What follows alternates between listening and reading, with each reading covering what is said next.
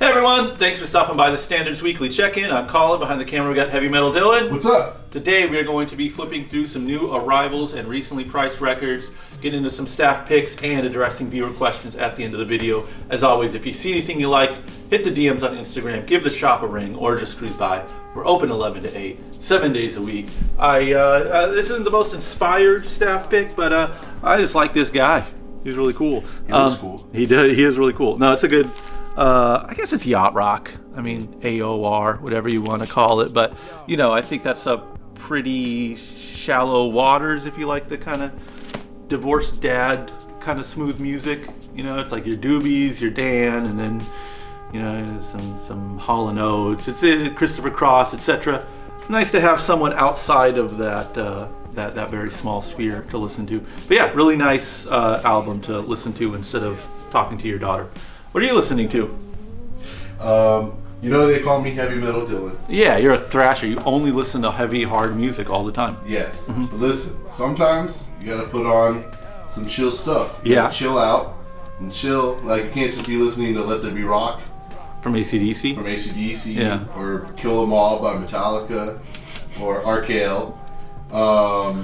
You know, all the time. So you gotta put on some chill ass shit. I had some John Mayer, dude, the Room for Squares, bro. Fucking banger after banger of a song. Neon, like a great guitar. Dude, he's a great guitarist, you know that? That's what I hear. He's a great guitarist, and it really pisses me off. Yeah, you've officially gotten based in Mayer-pilled. Yes. You know it's messed up, and I wish we had it. You know who else is a really good guitarist? Jimi Hendrix. Yeah, he is a great guitarist. Okay. Jack Johnson. Oh, yeah. It fucking pisses me off. Is it Jack Johnson or Mraz that does that video with Curious George? That's Jack Johnson. Yeah, he's good. Yeah, he's great. He's good. He knows how to write songs. Yeah. And it's just chill vibes. And you know, it'd be sick if they were playing to distort, like, V guitars, dude. Like flying V guitars. Yeah, like a duo guitar attack. Yeah, and they're just shredded. That'd be sick. You think you could get Jack Johnson? You think you John get Jack Mayer? Johnson and John Mayer in a thrashing metal band? Yeah, like very heavy metal. Twin inspired. guitar attack. Yeah, I'd show up for that. I would pay $3 to cross the street from my house to go see that, dude. I'm gonna get out of this conversation and flip through some records. All right. 2 new movies are out that I think are really good. One is called Star Wars Episode 1 Phantom Menace. Happy May the 4th, everyone. Yes. And there is a man spider terrorizing New York City, you were saying? Spider-Man. Okay. And he was around New York City shooting web. It was around the same time, right? Episode 2 came out at the same time as right? Spider-Man 1. Yeah. That's crazy they released the same weekend. And they're both the best movie that was released this century. It's true. Spider-Man, still fucking 10 out of 10s. Even 3, 1, 2, and 3. OG Sam Raimi, by the way. 10 out of 10 movies. It sucks. I know, Raimi. And I think that's kind of what is lacking from a lot of modern superhero stuff. Is like they stopped making movies. You know, they're just so locked into this universe building or like an imitation of the bigger franchise movies that like they forgot the roots.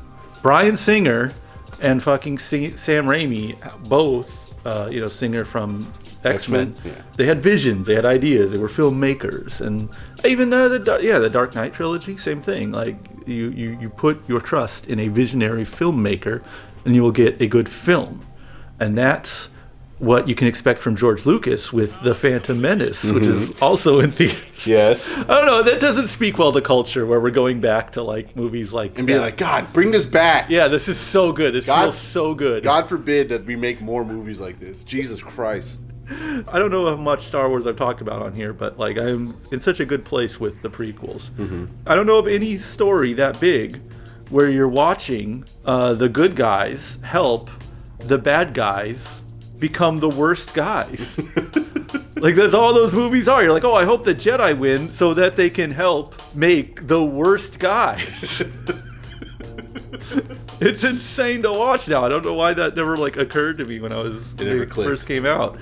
And now I'm just like, this is a crazy trick. Again, from visionary filmmaker George Lucas, who never made a bad movie ever. Yeah, I can't name one. Smart. Same with Sam Raimi. True. All good movies. They're all good. 10 out of 10 directors, 10 out of 10 good films. I saw that movie Tarot today. It was terrible. Yeah. Tarot? Okay. Yeah. Really bad. Really? Yeah. Ned couldn't save it? He tried. Damn. Film is over. That's what I'm saying. Bring back Sam Raimi. Bring back and George Lucas. both of them. Yeah. No one else. No one else gets to make movies. Just those two. Viewer questions. This is the part of the vid where we answer the questions left in last week's YouTube comment section. Leading off, Metal Patriot hitting us with a double dose of questions. He recommends this group Lynx. I'll put the album up here. Phenomenal record. Looks how it sounds. He's recommending listening to that one, and I will give a thumbs up to that. Very good heavy metal attack. And also asking about what exactly gives someone rights to repress a catalog. What's the difference between unofficial and official? And that's, of course, very complicated and kind of a gray area. Of course, you have your public domain material, something like Robert Johnson's catalog. It's old enough to where kind of anyone can press it if you get the masters for it. Then I don't know, basically everyone depends on the contract that was signed originally. And what you see a lot now is a catalog, one label owns X amount of artists' catalogs, and then another label buys that label, and then another label buys that label. So you have these labels that are just so far removed from these original artists, and you can kind of, as just a third party, be like, hey, let me press this one record, and they'll be like, okay, give us X amount of dollars, and that makes it official. Kind of. I mean, the artist isn't getting paid, right? Of course, depending on the contract, or bands can license out their own material. That's, of course, the more holistic version. It gets very complicated, and basically it is a case-by-case basis, and I think laymen such as myself are never privy to such inner workings of the industry. You know what I'm saying? But none of that really relates to the quality of the source material that they're repressing. In other words, I have seen actual major label, official, licensed stuff that shall be unnamed, and I've been in the place where they're cutting the lacquers for it, and it's just cut off of a CD that you would buy at a record store or something. So it can all get very shoddy as far as the sound quality goes.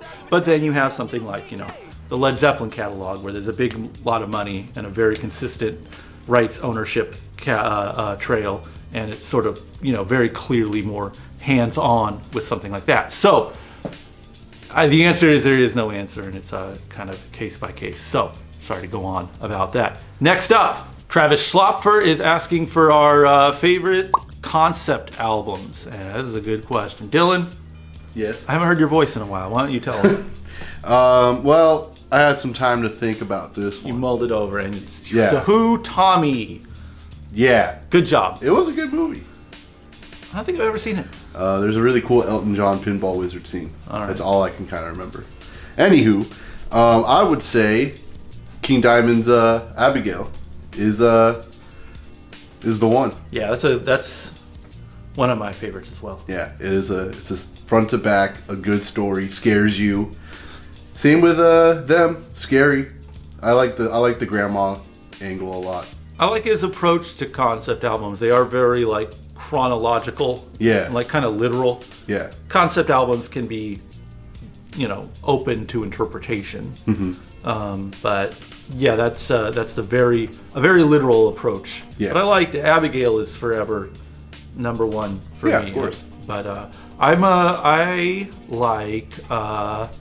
like a lot of them. A lot of concept albums? Yeah. I was thinking of trying to think. I mean, Purple Rain.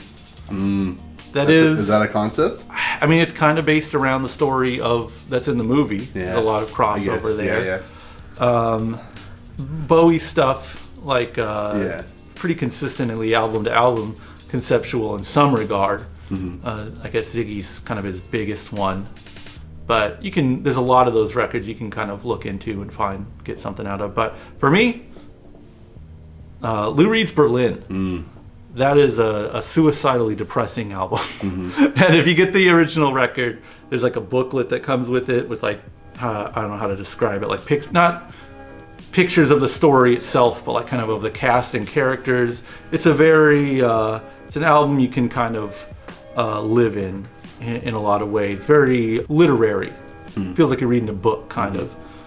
Yeah, that's my number one. I've heard it said that the self-titled album from Velvet Underground is a concept album too. But yeah, I don't know. Reed's always like in my top lyricist category, so I'll have to give it to Berlin overall. That's all we got. If you have any questions you would like to see answered on next week's video, leave a question or comment in the YouTube comment section. We'll get to it next week. Thanks for watching, everyone. Peace.